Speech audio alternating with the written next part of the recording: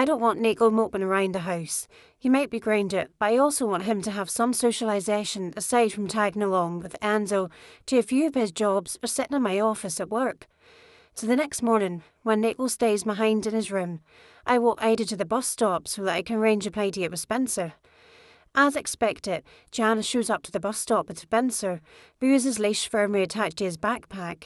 She nods cordially at me, although I recognise I'm not her favourite person. But the boys are good friends at least.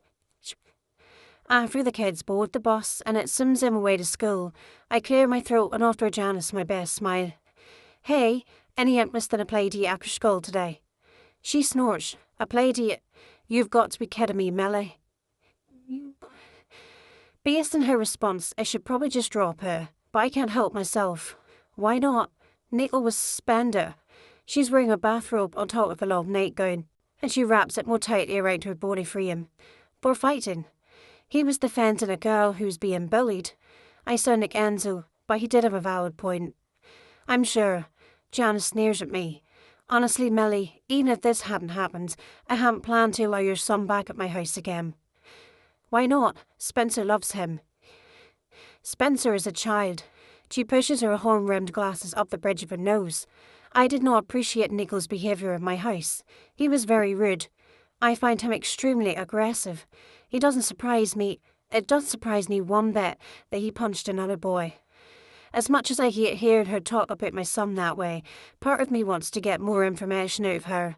What was Nico doing at her house that she finds so unacceptable? Is there something else that I should be worried about? Janice is a little strange, but she's very observant. I'll give her that. I hate to say it, she adds, but this is what happens when you go to work all day and leave your kids alone. There's a price to pay for having a career while also trying to be a mother. Nico is a good kid, I say through my teeth. The move has just been hard on him. I'm not so sure about that, she retorts. His behaviour has been reprehensible. And frankly, I don't approve of your husband's behaviour either. Enzo, I say, what did he do wrong? Don't you think it's troubling how often your husband goes over to visit Susanna? Her eyes meet mine over the rim of her glasses, and I suspect it's more than you think. My face gets hot. How dare she imply that my husband is messing around behind my back? He's helping her with her yard work, so she'll recommend him to new homeowners. It's completely innocent. He's helping her with her yard work inside her house, when her husband isn't home.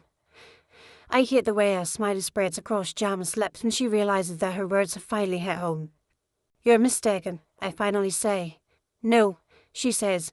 I'm not. I catch glances through the windows, Millie. I glance over at 12 Locust Street. At that moment, Suzette emerges from her house, wearing a skimpy robe. Between her and Janice, it feels like I'm the only one who decided to get dressed this morning. Suzette grabs the meal out of the box, mounted next to the front door, and waves to us. Janice waves back, and I somehow will myself to do the same. I hold my breath until Suzette has gone back inside the house. When I look back at Janice, she's got a smirk on her face.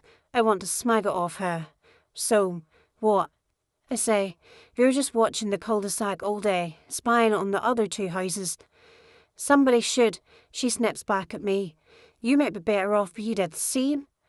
I follow Janice's gaze, which is directed at the front of my house. The front door swings open and my husband comes out to collect a meal.